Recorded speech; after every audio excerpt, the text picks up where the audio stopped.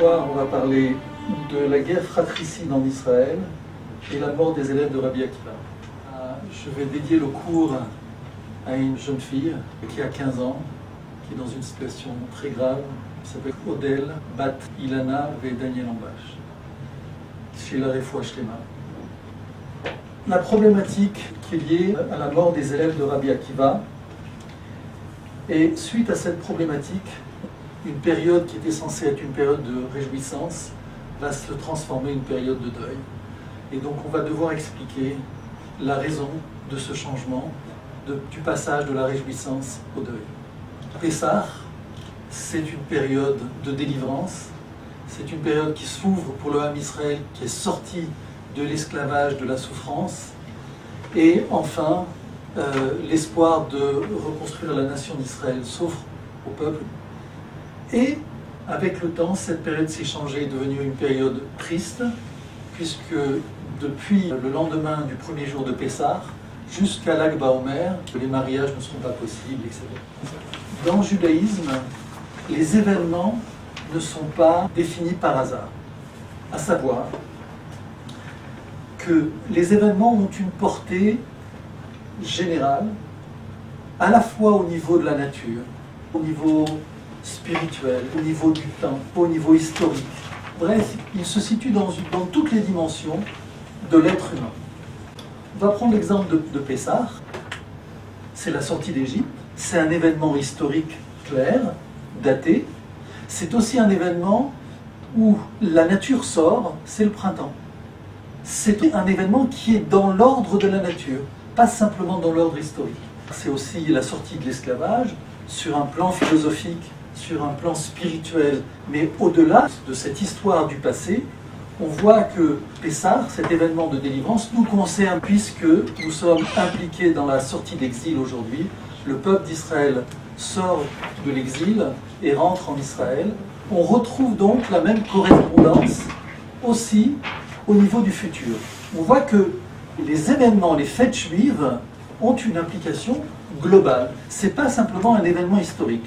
Et donc, quand on va discuter et réfléchir sur l'événement, la mort des élèves de Rabbi Akiva, on va évidemment se poser la question, si cet événement a été décidé à ce moment bien précis, c'est que ça implique énormément d'autres dimensions spirituelles, psychologiques, philosophiques, historiques, etc. La question aussi qu'on va poser, et qui nous concerne directement, c'est pourquoi nous, aujourd'hui, nous célébrons cet événement qui est de l'ordre du passé. C'est un événement qui s'est passé il y a presque 2000 ans. Aujourd'hui, c'est très loin de notre présent. Donc si nos Chachamim nous ont demandé de célébrer, c'est que ça nous concerne aujourd'hui. La période qui sépare Pessah à Shavuot, on appelle cette période le temps du Homer. C'est-à-dire, pendant toute cette période, on récoltait, et les premiers fruits de la récolte étaient pris, c'était le Homer, étaient pris et amenés au Beth Amikdash. Donc c'est évidemment une manière de célébrer l'abondance, la bénédiction que Akadosh Baruch Hu, le Créateur, donne à l'homme de pouvoir avoir cultivé son champ et en récolter les fruits.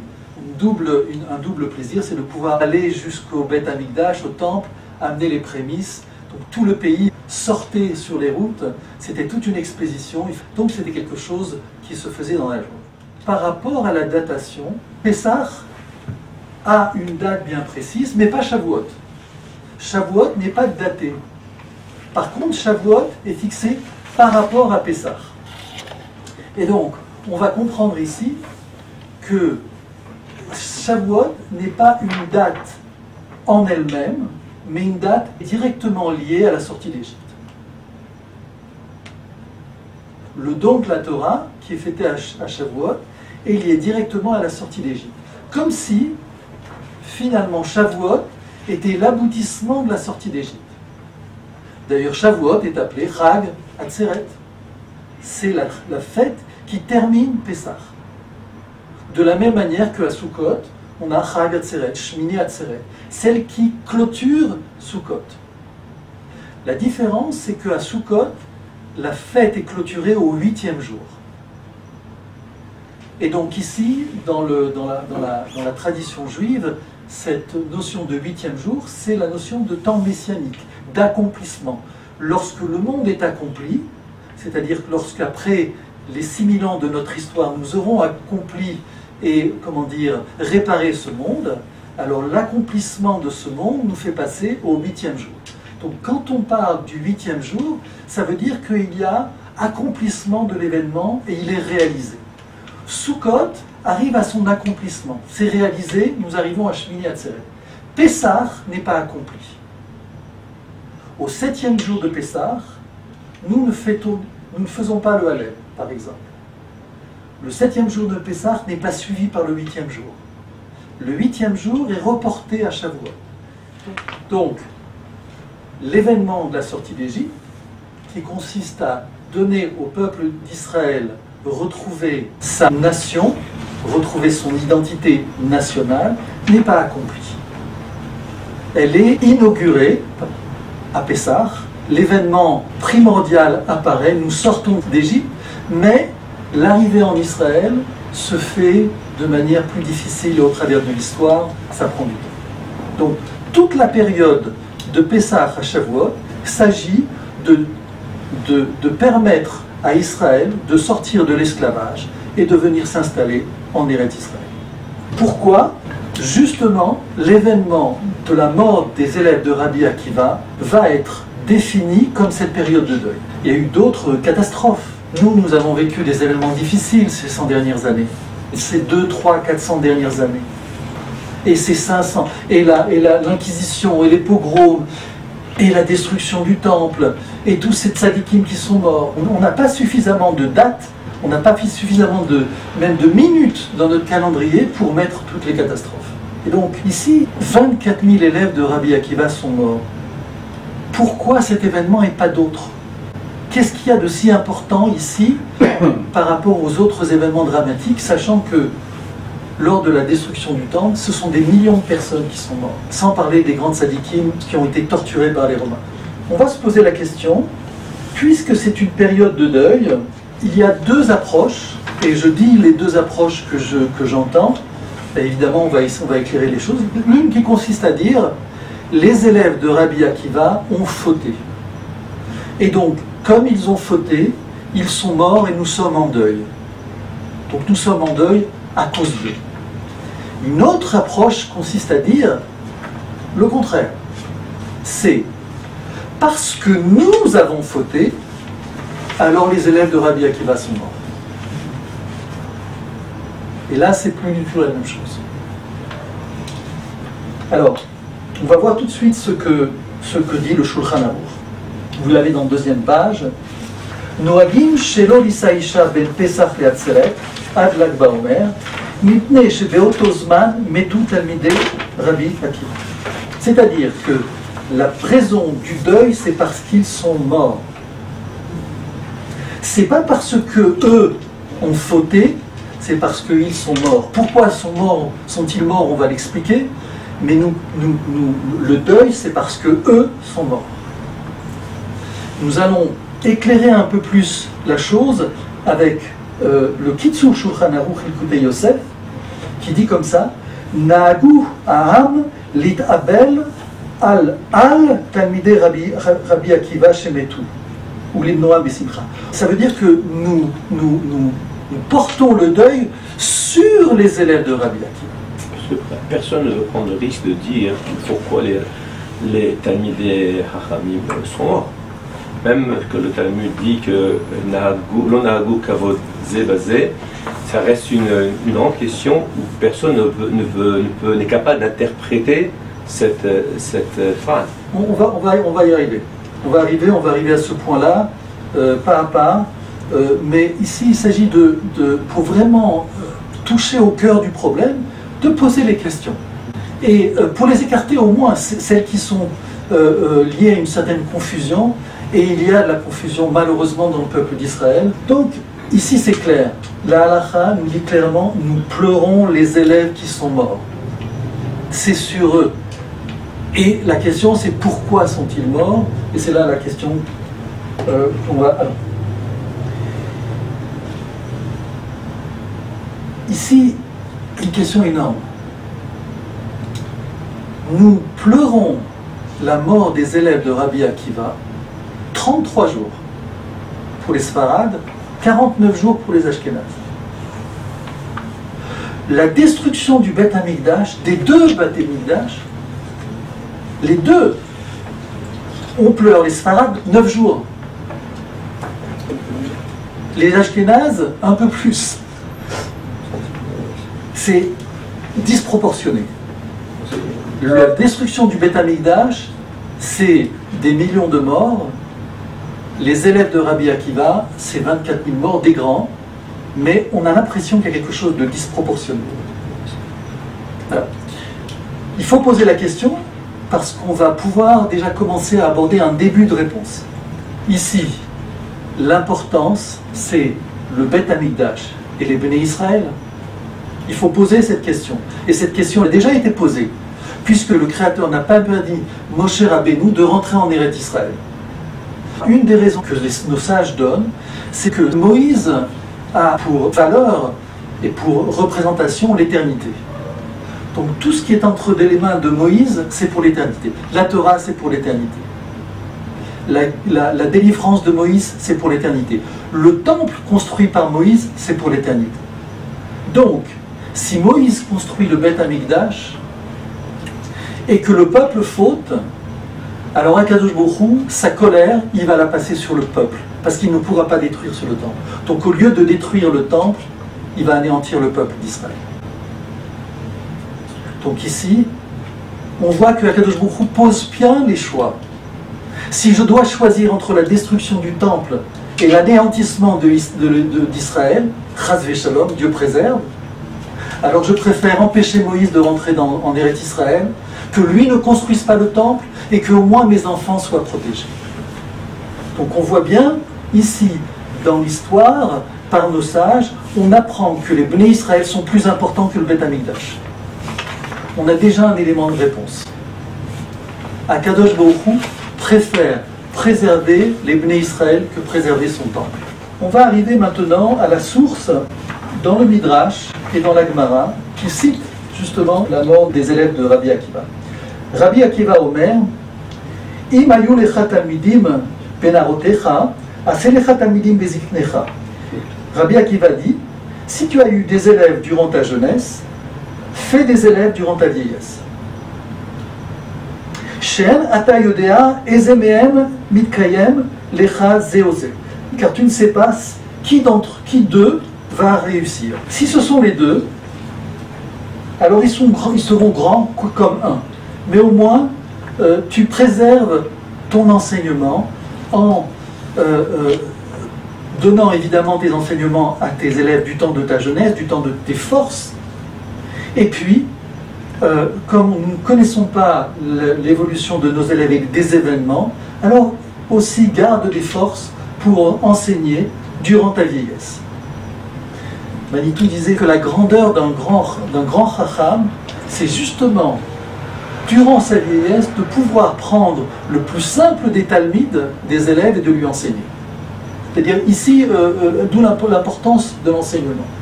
Donc, jusque-là, on ne voit pas tellement le lien avec les élèves de Rabbi Akiva, mais on continue. Rabbi Akiva avait 24 000 élèves, depuis Akko jusqu'à Antipras. Vekulam beperek echad metu, et tous sont morts d'un seul coup, brutalement. Lama, pourquoi? Shaita enehem tsara elu beelu. Parce que leurs yeux étaient étroits l'un vis-à-vis de l'autre. On va dire comme ça, ils avaient une vue étroite, peut-être des œillères. Mais ici, on ne nous parle pas d'épidémie, on ne nous parle pas de médisance, on nous parle d'un problème de rapport entre eux. Les chachamim de dire, et je reprends l'enseignement que Yossi m'avait transporté, à savoir qu'on disait que quand un des élèves rentrait dans la yeshiva, eh bien les autres ne se retournaient pas, ils ne se relevaient pas pour pouvoir, en signe de respect. Donc, des problématiques de communication, mais qui ne débouchent pas sur des épidémies ou des catastrophes de ce type. Ils sont morts parce qu'ils avaient une vision étroite l'un vis-à-vis de l'autre. Finalement, Rabbi Akiva Ou Bassof et Emid Shiva. Rabbi Akiva a élevé 7 élèves. Alors selon les versions, c'est 7 ou 5. En tout cas, c'est des élèves éminents. Rabbi Yehuda, Rabbi Yossi, Rabbi Shimon, Rabbi Eliezer ben Shamoua, Rabbi Yochanan Asandla, Rabbi Eliezer ben Yaakov, que des grands. On va dire plus simplement, ils portent la Torah à eux 7, comme Rabbi Akiva portait la Torah. Toute la Torah que nous possédons est entre les mains, entre le savoir, entre la sagesse de ces 7-là, et dans la sagesse de Rabbi Akiva. Donc là, arrêt sur image, Rabbi Akiva est capable de former 7 élèves, 5 élèves qui portent toute la Torah. 24 000 élèves, durant sa jeunesse, durant toute sa puissance, ses forces, on va dire, puisque là, il a enseigné, les 7 élèves ou les 5, on parle dans une période catastrophique, dans une période où il était plus chalem, plus en paix avec lui-même, avec plus de temps, il a pu enseigner à 24 000 élèves, et ces 24 000 élèves seraient... comment on peut les comparer par rapport aux 5 autres? Alors je reprends aussi encore ce que m'a dit Yossi, c'est dire à chaque fois que Rabbi Akiva a élevé 24 005 élèves de la grandeur de Rabbi Shimon Bar Yochai, de la grandeur de Rabbi Meir, etc. Donc des grands, énormes, immenses. Alors le deuxième texte, un texte de la Gemara, Yebamot, la deuxième page, Amrou, Shnemasar, Elev Zugim, Tamidim, Ayou le Rabbi Akiva, comme on a dit, Givat Ad Antipras, Vekulam Metu Beperek Echad, Mipne, Shelo Nagu Kavod Zelazé. C'est la même idée, mais ici, avec d'autres mots, ils ne se sont pas respectés. Donc ici, une béraïta de dire, tous les élèves de Rabbi Akiva, Metu, Bepessar, Beatzeret, ils sont morts entre Pessar et Shavuot. Amar Rab Chama, Amar Rabba, Kula Metu, Mitara. Ils sont tous morts d'une mort terrible, mauvaise. Quelle est cette mort mauvaise? Mitara, Amar Rav Nachman, Askaras. Bon, c'est la diphtérie, je pense, comme ça. Ouais, enfin, c'est une maladie qui atteint les enfants en général. C'est une infantile. Ici, une maladie. D'autres disent une maladie terrible, une épidémie. Le mot qui est aussi employé, c'est le mot Magefa. Magefa, qu'on traduit souvent comme une épidémie. Mais Magefa peut être traduit aussi comme catastrophe. Une guerre peut être Magefa. Une plaie peut être une Magefa. Donc, le mot Magefa peut sous-entendre un certain nombre de choses. Ce qui est certain, c'est que une guerre peut engendrer une épidémie. C'est pas peu, c'est souvent une guerre engendre une épidémie. Souvent une guerre engendre la maladie. Souvent une guerre engendre la famine, etc. Donc ici on comprend, le texte a du mal à poser vraiment les choses et on doit s'appuyer sur d'autres textes et surtout sur un contexte historique pour vraiment comprendre ce qui s'est passé.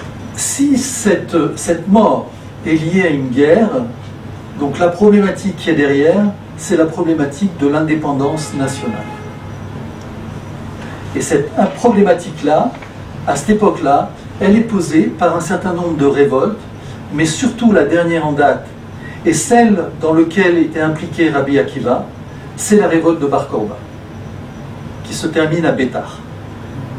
Nous savons que il y a un lien entre la défaite de Bar Korba à Bétar et le Homer. Le premier lien qu'on a vu est par rapport à la fête elle-même. Nous avons expliqué que entre Pessah et Atzeret, c'est le temps de l'installation d'Israël sur sa terre. En sortant d'Égypte, les Bnei Israël auraient dû rentrer en Eretz Israël, mais du fait d'un certain nombre de faiblesses, ça n'a pas été possible. Mais c'est bien ici l'événement qui doit se passer après la sortie d'Égypte. comme on a parlé tout à l'heure, les événements ne sont pas des événements historiques, mais à tous les niveaux possibles, nous voyons que justement, les événements qui sont liés à l'instauration de la nation d'Israël sont pendant cette période. C'est entre Pessah et Shavuot que nous avons Yom HaZikaron, que nous avons Yom Ha'atzmaut, que nous avons Yom Yerushalayim. Et que nous avons aussi la mort des élèves de Rabbi Akiva. Tous, donc, concernent une période bien définie qui est l'établissement de l'indépendance de l'État d'Israël. En tout dernier, pour une d'Eretz Israël, il y a une semaine avec Trump. On a Il faut dire les événements qui se passent. Oui, pas seulement ceux qui ont été. Effectivement, très récemment, l'établissement d'ambassade américaine à Jérusalem, quelques jours après Yom Yerushalayim. Et on va voir que dans le calendrier, c'est ça qui est extraordinaire dans le calendrier juif, c'est que chaque date a son sens et l'événement qui va lui être soit qui lui est déjà attribué, ou soit qui va lui être attribué. Mais en tout cas, dans cette période, de manière évidente, c'est l'indépendance de l'État d'Israël, de la nation d'Israël, qui est en jeu. Du temps de Rabbi Akiva et de ses élèves, ça va être l'échec. Et donc c'est bien de ça dont on va parler. C'est bien de la nation d'Israël qui est mise en danger durant la bataille des élèves de Rabbi Akiva, qui étaient les soldats de Bar Korba, qui est en jeu ici. La bataille des élèves de Rabbi Akiva qui se sont joints à Bar Korba se termine par la défaite. Mais quand on dit défaite, de quoi s'agit-il? Il s'agit à ce moment-là, c'est le décret définitif du départ d'Israël en Galoute. Jusqu'à ce moment-là, il y avait une possibilité, une dernière chance d'éviter les 2000 ans de Galoute que nous avons connus. C'est inimaginable. C'est-à-dire qu'à ce moment-là, il y avait encore une possibilité de maintenir la nation d'Israël en Eretz Israël. Et à ce moment-là, c'est une autre perspective. Parce que nous vivons aujourd'hui, notre Torah, nous la vivons aujourd'hui grâce aux 5 élèves de Rabbi Akiva. Si, on peut parler de si, avec un si on peut faire pas mal de choses, mais si à cette époque-là, nous avions réussi avec les élèves de Rabbi Akiva et de Bar Korba, nous aurions, il y a déjà 2000 ans, nous aurions eu 24 000 Rabbi Shimon Bar Yochai, Rabbi Meir, etc. On serait déjà à un autre niveau. C'est inimaginable.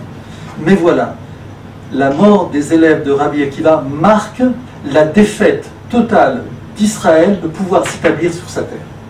Pourquoi? On pourrait dire, peut-être que Rabbi Akiva s'est trompé. Peut-être que Rabbi Akiva n'a pas compris que les événements étaient joués d'avance. Les Romains étaient plus forts que nous. Pourquoi Rabbi Akiva a mis en danger ses 24 000 élèves alors que c'était joué d'avance? Il aurait, comme beaucoup de rabbins à cette époque-là, de grands, qui disaient « ça y est maintenant, il faut partir en galoute. Il faut laisser tomber. » Et donc là, il y aurait une responsabilité de Pikuach Nefesh. Ils se sont mis en danger inutilement. Comme on a vu aujourd'hui, il y a eu aussi des discussions. Est-ce qu'on peut mettre en danger la vie d'Israël, même si on considère que Jérusalem est important, le Beth Amikdash, le mont du Temple est important, la Judée, la Samarie. Peut-être qu'ils sont importants, mais peut-être que du fait qu'il y a danger de vie, eh bien il faudrait prendre en compte la réalité et savoir courber les chines et accepter ce que l'on a et ne pas vouloir prendre ce que l'on ne peut pas posséder. Eh bien ici, on va avoir la réponse. Shana Rabbi Shimon Bar Yochai. Akiva, Rabbi, Aya Doresh. Darach Kochav mi Yaakov, Darach Kozba mi Yaakov. Shaya Rabbi Akiva Roe et Bar Kozba, Aya Omer Zeu Melech HaMashiach. Rabbi Shimon Bar Yochai a enseigné, Akiva, mon maître, enseigné par une étoile de Jacob, par Koziba de Yaakov. Lorsque Rabbi Akiva voyait Bar Korba, il disait, c'est lui le Mashiach, c'est lui le Messie. Donc là, on revient encore sur la question. De la même manière que peut-être Akiva s'est trompé sur les événements et il a mis en danger ses élèves, et bien de la même manière, il s'est trompé sur le Messie.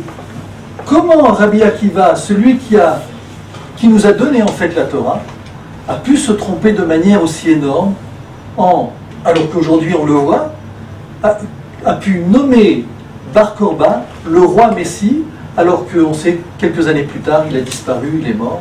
Nous savons que c'est complètement illogique.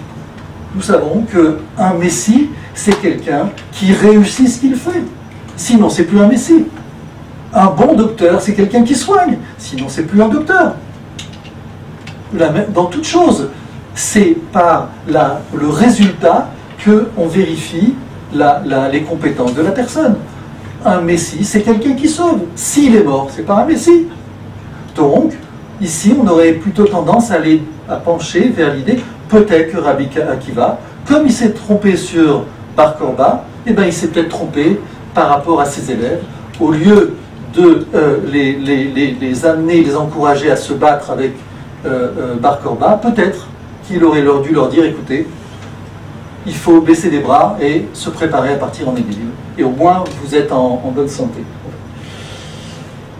Alors, eh bien, on va voir que ce n'est pas la vie de Rambam. Maïmonide, 1000 ans après, va certifier et va donner raison à Rabbi Akiva.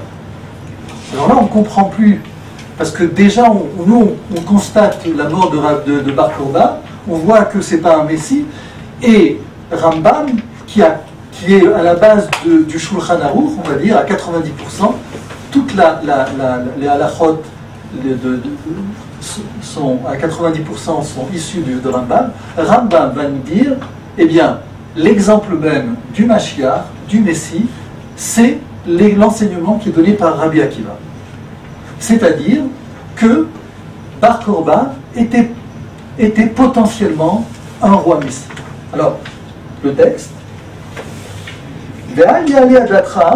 שהמלך המשיח צריך לעשות אותות ומופתים ומחדש דברים, que ça ne te vienne pas l'idée que le Messie va faire des miracles et il va changer la réalité, il va innover, Mechaye Metim, il va ressusciter les morts, et des choses extraordinaires de ce type-là. En Davarka, c'est pas comme ça. Sha'arei Rabbi Akiva, Chacham Gadol, Mechachmei Mishnah, היה, והוא היה נושא כליו של בן כוזבא, המלך, והוא היה אומר עליו שהוא מלך המשיח. C'est-à-dire que, ici, Rambam, Maïmonide, va confirmer l'opinion de Rabbi Akiva, comme quoi Bar Korba était potentiellement le Mashiach. Comment c'est possible? Et par rapport au doigt qu'il devait s'enlever l'épée. Oui, ça c'est quand il partait en guerre. Il disait que pour pouvoir choisir ses soldats, alors Bar Korba amputé pour être sûr de la c'est une autre. Ok, non, parce que ouais. quand même. Bon, ici on présente les choses dans leur. Okay. C'est sûr que cette guerre de Bar Korba est à discussion parce qu'au bout du compte c'est un échec. Mais on n'est pas dans cette discussion. Donc ici, Rambam confirme l'opinion de Rabbi Akiva, à savoir que le Messie, c'est quelqu'un qui apporte la délivrance nationale sur sa terre au peuple d'Israël. C'était bien la vocation de Bar Korba, avec aussi éventuellement les défauts qu'il pouvait avoir. Mais sa vocation de libérer de manière physique et nationale le peuple d'Israël, c'était ça qui est important. Et on revient à ce qu'on a dit tout à l'heure, par rapport à Kadosh Baruch Hu. Kadosh Baruch Hu se préoccupe du Ham Israël, pas du temple. Bien sûr que le temple est important, c'est tout notre idéal. Nous attendons la construction du Beth Amikdash. Bon, mais s'il y a des priorités à mettre, Akadosh Baruch Hu met la priorité dans le peuple d'Israël.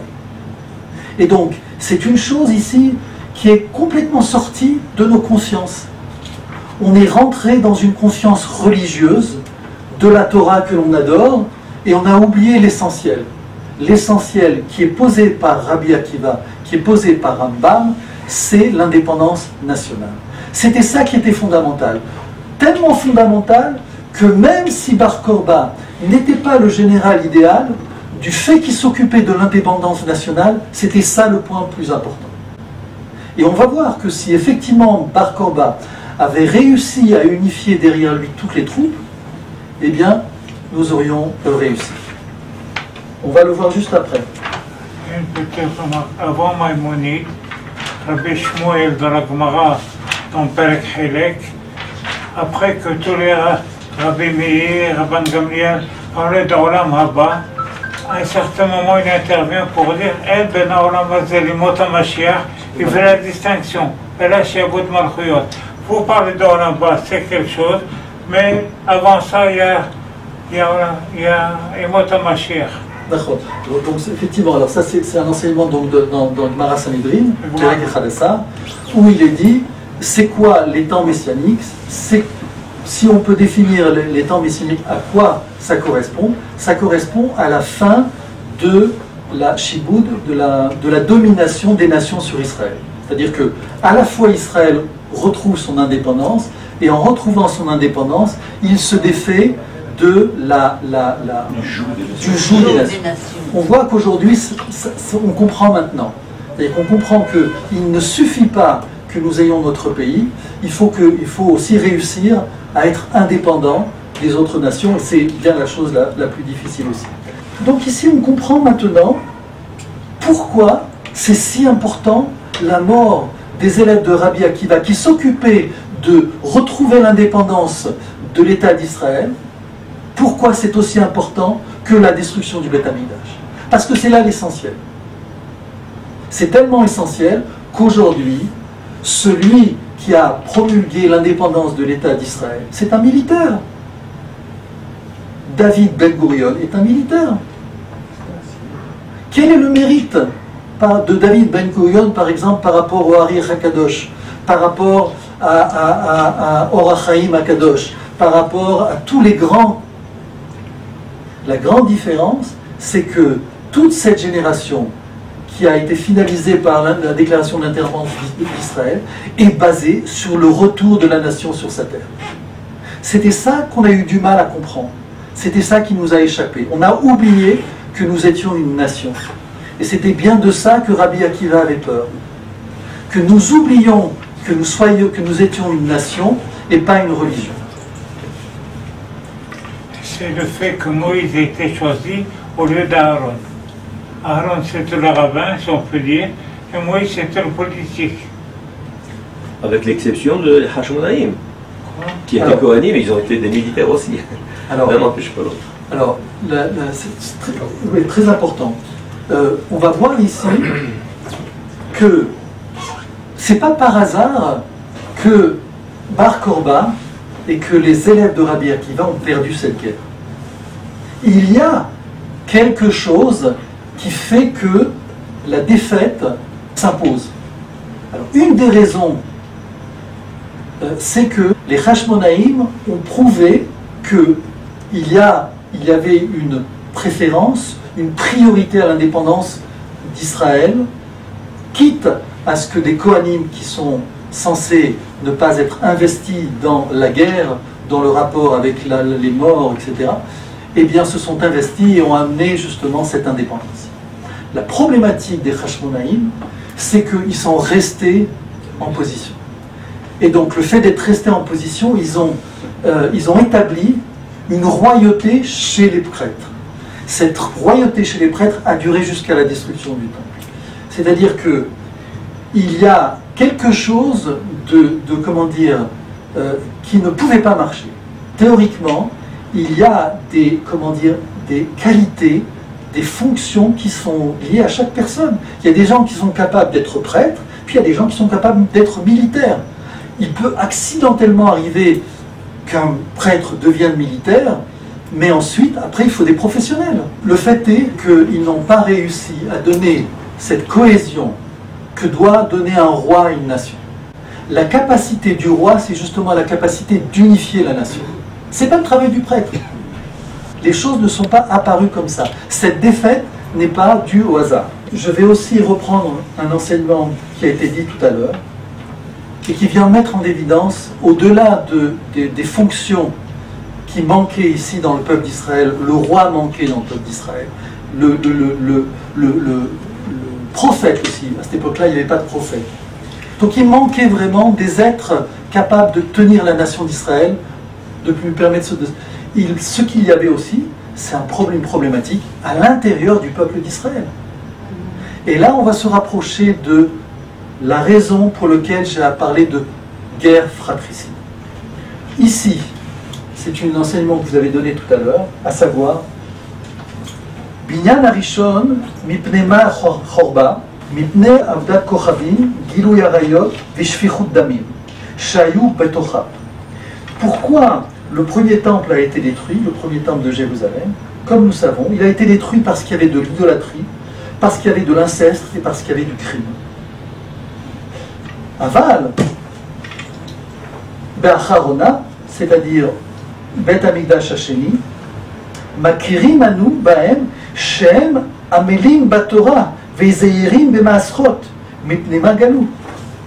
Mais nous savons que durant à l'époque du second temple, ils étudiaient avec acharnement la Torah. Ils étaient portés par la Torah.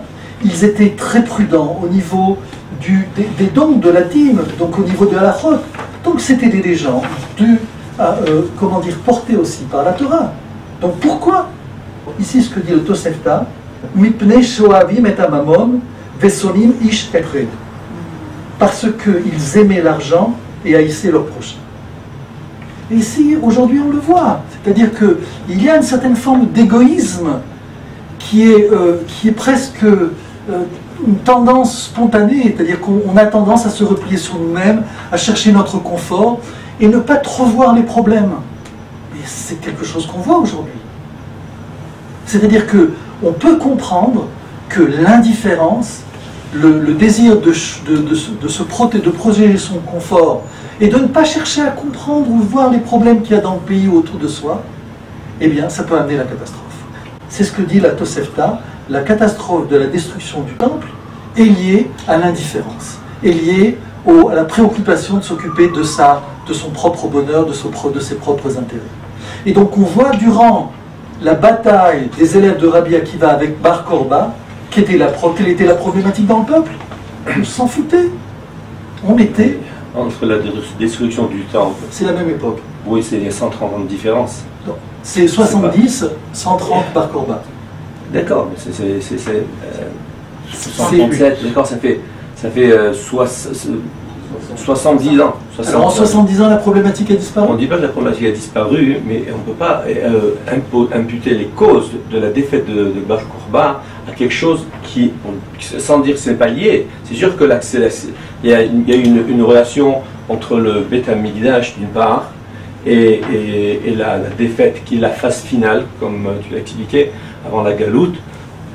Mais évoquer les causes de... Si c'était comme ça, alors après le Beth Amikdash, galoute terminé. Si c'est ça la cause, alors on aurait dû être disséminé.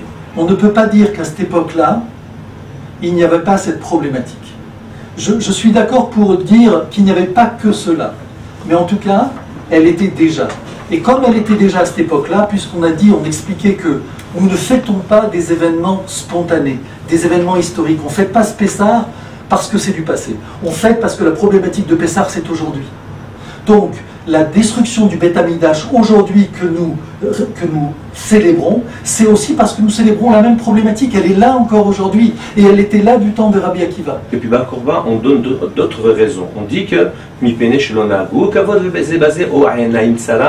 vais vous lire ce que dit Flavius Joseph après la destruction du temple. On va voir que ces images-là, on ne peut pas les dissocier de la réalité de cette époque-là, et aujourd'hui même encore, à un autre niveau, quelque chose de ce type-là existe. C'est-à-dire qu'on ne peut pas évacuer les problèmes parce que, justement, nos Chachamim nous appellent à pas nous rappeler comme un événement du passé, mais parce qu'il nous concerne aujourd'hui et qu'on doit s'en occuper. Ce n'est pas pour rien qu'aujourd'hui on voit qu'il y a certains problèmes, et on pourrait peut-être les diagnostiquer et les résoudre si on avait une vue plus générale de ce que nous donnent les sages par rapport aux événements du passé. Tandis que les ennemis de la cité, c'est ce que cite donc Flavius Joseph, quand il parle des ennemis de la cité, il parle donc du point de vue des Romains, il écrit en tant que Romain ce qu'il voit. Donc les ennemis, c'est donc les nés Israël. Tandis que les ennemis de la cité se divisaient ainsi en 3 parts, celui d'Éléazar, gardant les prémices sacrées, dirigeait sa fureur ivre contre Yohanan. Les compagnons de celui-ci pillaient les citoyens et étaient furieux contre Shimon. Ce dernier usait des subsistances de la ville contre les autres factieux. Quand il était attaqué des 2 côtés, Yohanan se défendait sur l'un et l'autre front. Il repoussait ceux qui montaient de la ville en les accablant de flèches du haut des portiques, tandis qu'il maltraitait avec ses machines ceux qui lançaient des javelots du haut du temple. C'est-à-dire qu'ici, on ne peut pas prendre acte, arrêt sur image à l'intérieur du peuple d'Israël, cette autodestruction. C'est ce que va dire Flavius Joseph. Il va dire comme ça. On eût dit que ces chefs détruisaient à dessein dans l'intérêt des Romains les ressources que la cité avait préparées en vue d'un siège et coupaient les nerfs de leur propre force. Flavius Joseph fait le constat. Ils auraient pu tenir, sans parler du fait que si c'était regroupé ensemble, ils auraient pu vaincre. Il le voit, Flavius Joseph. Ainsi, tous les environs du temple furent incendiés. Cette dévastation fit de la ville un champ de bataille pour la guerre civile. Il parle de guerre civile. La guerre civile s'est arrêtée. Le mal s'est arrêté à ce moment-là. Presque tout le blé fut en proie aux flammes. Il eût suffi à un siège de plusieurs années. S'il n'y avait pas eu ce feu, ils auraient pu tenir plusieurs années. Et s'ils auraient pu tenir plusieurs années, ils auraient peut-être pu aussi éviter les épidémies qui en ont suivi. Ce fut donc la famine qui perdit les Juifs. On parlait tout à l'heure de Magéfa, d'épidémie. La guerre. C'est la famine qui perdit les Juifs. Ils n'auraient pu en être ainsi s'ils n'avaient préparé eux-mêmes ce malheur. J'avoue, c'est dit de manière frontale, très schématique. Et c'est pour mettre en évidence une problématique qui vient du cœur d'Israël. Si tous les éléments étaient propices pour que Bar Kokhba soit le Mashiach, à ce moment-là, ça veut dire que si toutes les conditions sont là, y compris les raisons qui ont provoqué la destruction du Beth Amikdash. Il fallait faire un choix.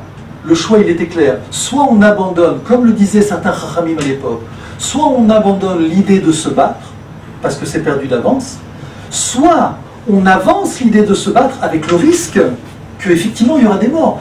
Rabbi Akiva, à cette époque-là, c'est sûr qu'il ne pouvait pas être sûr, mais il fallait bien donner une directive. Soit on se bat, et pour gagner, c'est aujourd'hui la même chose. Quand on part à une bataille, on sait qu'il va y avoir des difficultés, mais on y va, il faut choisir. Donc ici, Rabbi Akiva, je ne pense pas qu'il sache que les problèmes étaient résolus. Non, les problèmes n'étaient pas résolus à cette époque-là.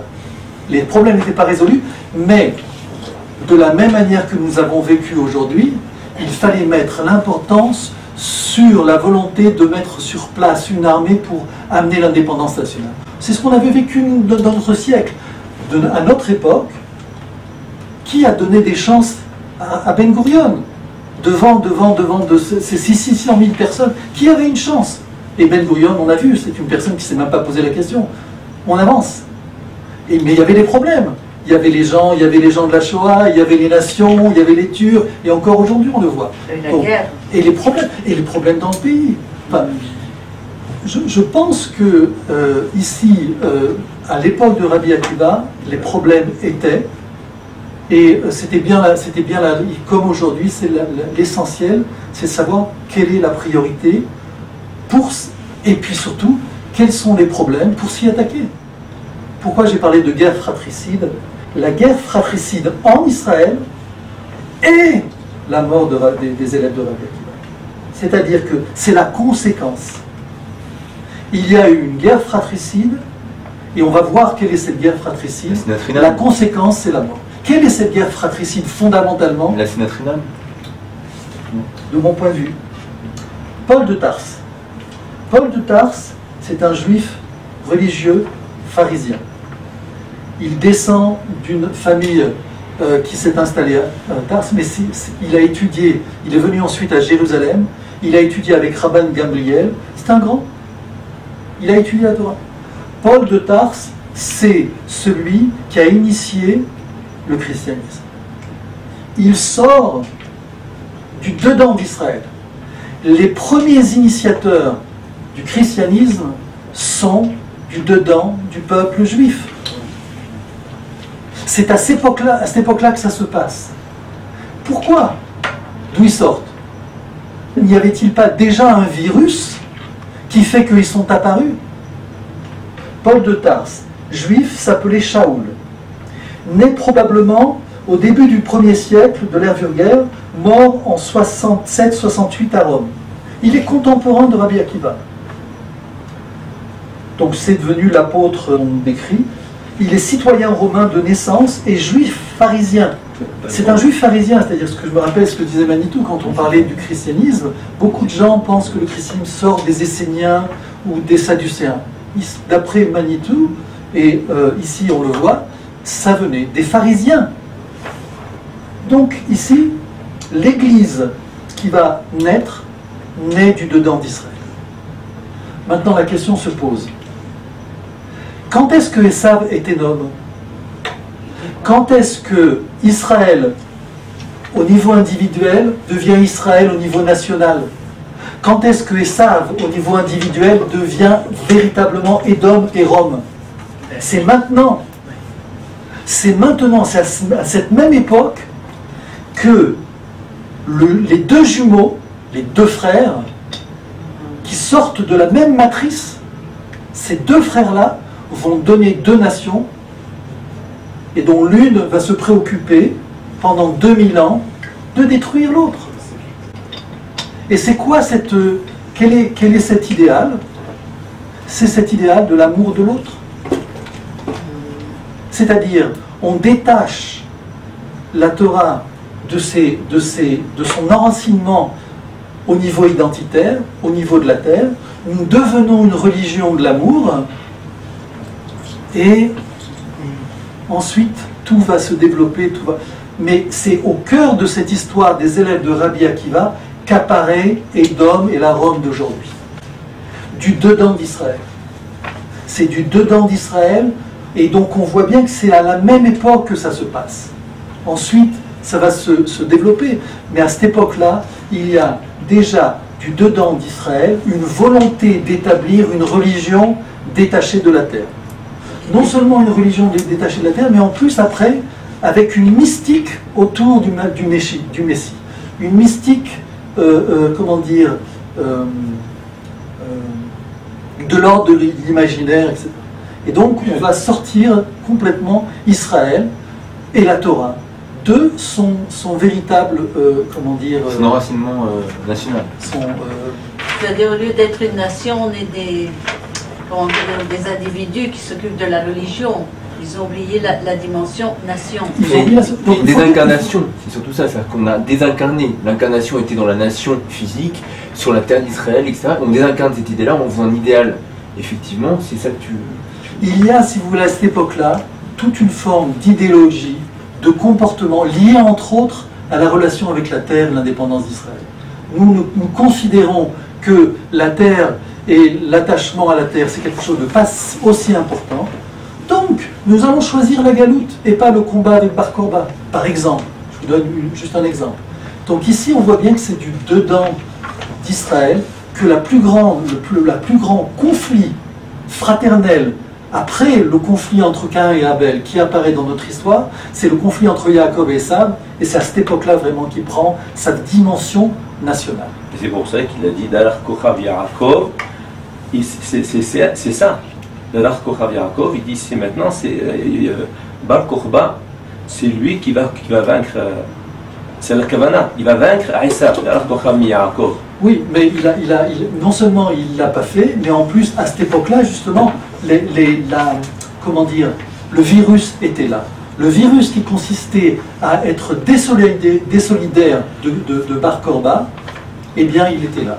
Donc, Rabbi Akiva, avec toute sa grandeur, il portait toute la Torah, eh bien, n'a pas réussi à vaincre cette idéologie qui va porter finalement après le christianisme, qui va aller en se développant.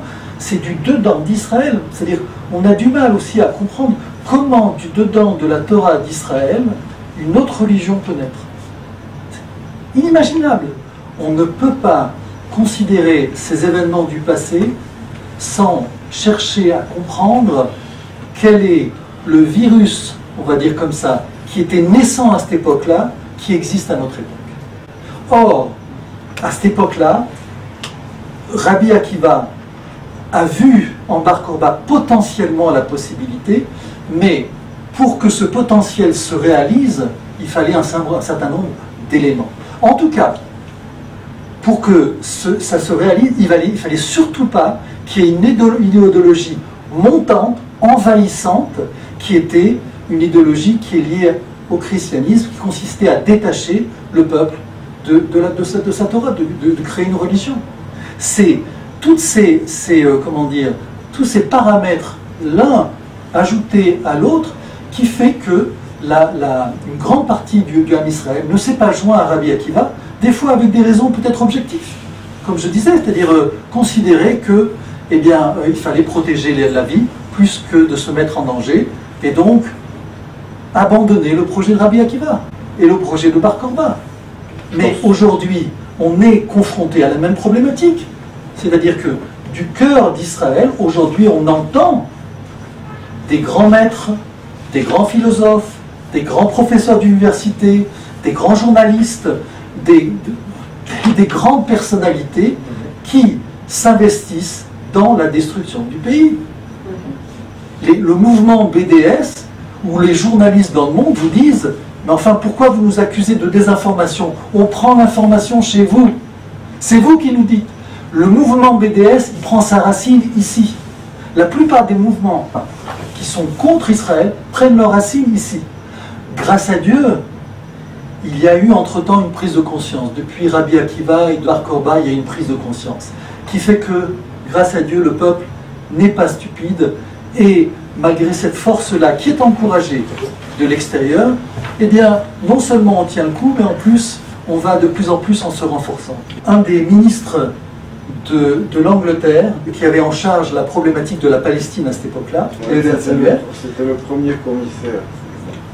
Premier commissaire donc mandaté par les Britanniques, et qui était juif. Et il devait, puisque le mandataire avait la possibilité de désigner les représentants officiels dans le mandat britannique de l'époque. Et donc, à un moment donné, il devait décider qui allait être en charge du Harabaït, du mont du Temple. Il y avait plusieurs candidats, dont le fameux Husseini, qui a montré sa haine contre Israël, qui a montré son attachement au nazisme, qui a montré ses rapports avec Hitler, qui finalement a été élu. Eh bien, c'est venu justement de ce Herbert Samuel, qui, se considérant comme juif, n'a pas voulu être considéré comme étant quelqu'un de subjectif, qui partial, qui protégeait ses propres intérêts de sa confession.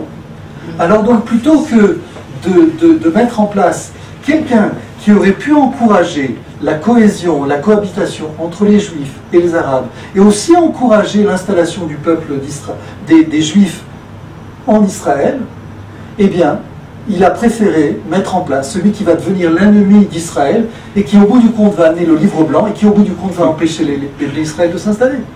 C'est schématique, mais on voit quand, à l'intérieur d'Israël, il peut y avoir une force qui est une force très nuisible, on va dire comme ça. Aujourd'hui, on le sait, c'est-à-dire qu'aujourd'hui, dans notre réalité, si nous avions, au lieu d'être 600 000 au début de la proclamation d'indépendance d'Israël, nous avions été 6 millions, la réalité aurait été complètement différente. Il y a eu aussi un... Donc ici, il faut effectivement rétablir les choses. C'est parce que nous avons été soit combattants Bar Korba, soit en étant détachés, soit en étant indifférents, mais peu importe. Au bout du compte, c'est cette attitude du reste du peuple vis-à-vis des élèves de Rabbi Akiva qui ont causé la mort et qui ont causé la défaite. S'il y avait une cohésion à l'intérieur du peuple d'Israël, ce ne serait pas arrivé. Alors pourquoi on dit que les élèves de Rabbi Akiva l'on a kavod CVC? En tant qu'élèves et qui devaient devenir une armée, peut-être qu'il n'y avait pas la cohésion que devait avoir un soldat. Peut-être. Mais toujours est-il que les choses sont claires. Ils sont morts suite à la guerre. Il faut, et nous devons, et c'est la raison pour laquelle nos Chachamim nous ont demandé d'être en deuil encore aujourd'hui, c'est pour tirer leçon de ce qui s'est passé parce que ça arrive aujourd'hui. Si les armes de Altalena avaient été acheminées à Jérusalem, alors on n'aurait pas eu ce problème de oui, capitale, pas capitale, la ville jordanienne, etc. Alors que là, Ben Gurion, qui est, bon, avec tout le mérite, là-dessus, ça c'est un parlement. Ce dont tu parles, c'est le conflit qu'il y avait entre la Haganah et Yevoun. C'est Yitzhak Rabin qui avait donné l'ordre de tirer au canon sur l'Altamira, qui aujourd'hui le mal de la ville. Et c'était un bateau qui était plein d'armes, qui devait être acheminé à Jérusalem. Ben Gurion ne pensait qu'à son siège. Il préférait se rendre et ne pas tirer en retour, mais il a quand même demandé, il a dit, écoutez, laissez nos armes, prenez, je ne sais pas la majorité, les armes, laissez-nous un temps pour nous battre à Jérusalem. Et ça n'a pas été fait. C'est comme quand il a fait revenir, je ne sais pas, 70 000 réfugiés arabes après la guerre d'indépendance, qui sont devenus 2,5 millions de terroristes. Voilà. Pour revenir pour résumer, je voulais dire que c'était un événement qui nous touchait aujourd'hui. Les problématiques du passé, ce sont les problématiques que l'on a aujourd'hui. Et à l'époque, cette division et cette philosophie qui était de ce temps-là, eh bien, on voit qu'est-ce que ça a donné. Et entre autres, le christianisme. Donc on ne peut pas ne pas voir que, au départ, il y avait une division qui va apparaître comme les Chachamim nous mettent en évidence ce conflit qu'il y a entre deux frères jumeaux, Yaakov et Esav. Ce qui nous semble inimaginable, deux frères jumeaux de la même matrice qui sont capables de se haïr et se combattre, eh bien nous l'avons, nous, expérimenté pendant 2000 ans, et c'est ce qui s'est tramé, on va dire, à l'époque de la destruction du temple et de la défaite de Bar Kokhba. En ce qui concerne la période de...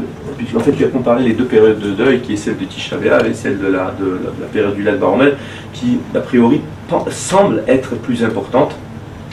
Or, il me semble que l'intensité du deuil ne se mesure pas uniquement avec la longueur du deuil. Encore que même ça, si on devait mesurer selon la longueur du deuil, ce ne serait pas vraiment tellement plus important. Pour la simple raison, c'est que tous les jours du deuil du Omer, c'est vrai que l'on dit 33 machinalement, mais c'est pas 33, puisqu'en fait on retire tous les jours de Pessah, on arrive déjà à 25 jours. Donc c'est pas 33 déjà, on avait 25 jours, et la période de deuil en ce qui concerne le Beth Hamikdash, il s'agit pas seulement de 9 jours, mais de 23 semaines, 21 jours, c'est du 17 Tammuz jusqu'à Tisha B'Av. Cette période du 17 Tammuz jusqu'à Tisha B'Av, on a 2 jours de jeûne. Il n'y a pas aucun jour de jeûne dans la période du deuil de Lag BaOmer. Pendant toute la période du Lag BaOmer, il n'y a aucune interdiction de consommer du vin ou de la viande, chose qui existe dans la période de Tisha B'Av, dans les 9 jours.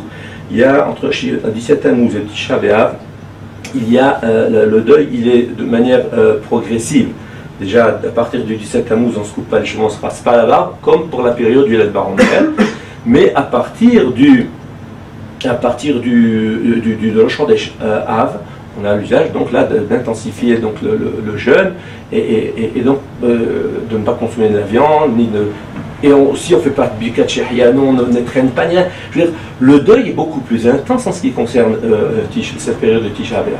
Le conflit entre les enfants de Yaakov, entre les frères de Yosef et Yosef se passe aussi à cette époque-là. Il y a une problématique ici qui apparaît, qui n'apparaît pas au temps à Tisha B'Av. Tisha B'Av, il y a une autre problématique. Tishri, il y a une autre problématique. Sukkot, il y a une autre problématique. Hanouka, il y a une autre problématique. Tout est lié, on voit bien aussi. Mais chaque problématique, dans son espace-temps et dans son espace physique, explique quelque chose.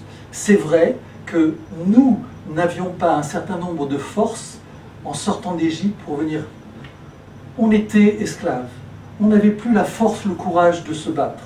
Chacun probablement pensait aussi à protéger le peu de choses qu'il avait. Peut-être trop pris par l'idéologie idolâtre de l'époque. Peu importe, un certain nombre de raisons que l'on va retrouver, que l'on trouve à la sortie d'Égypte et qu'on va retrouver après. Et comme on les a trouvés au temps de Rabbi Akiva, on les retrouve encore aujourd'hui. C'est les mêmes. Simplement, il y a eu des améliorations. La preuve, on est là. Mais il reste... Manitou, c'était un rêve de Baba Saleh. Il étudiait aussi avec Baba Saleh, Manitou, et Baba Saleh dit, tu sais quoi, j'ai fait un rêve cette nuit, et j'ai rêvé d'une colombe, toute blanche. Au bout de ses ailes, il y avait un petit peu de noir. Il dit, c'est cette époque. Pratiquement, on arrive à la fin. On a résolu les plus grands problèmes. Il nous reste encore un petit peu. Dans chaque domaine, il reste encore 10% à résoudre.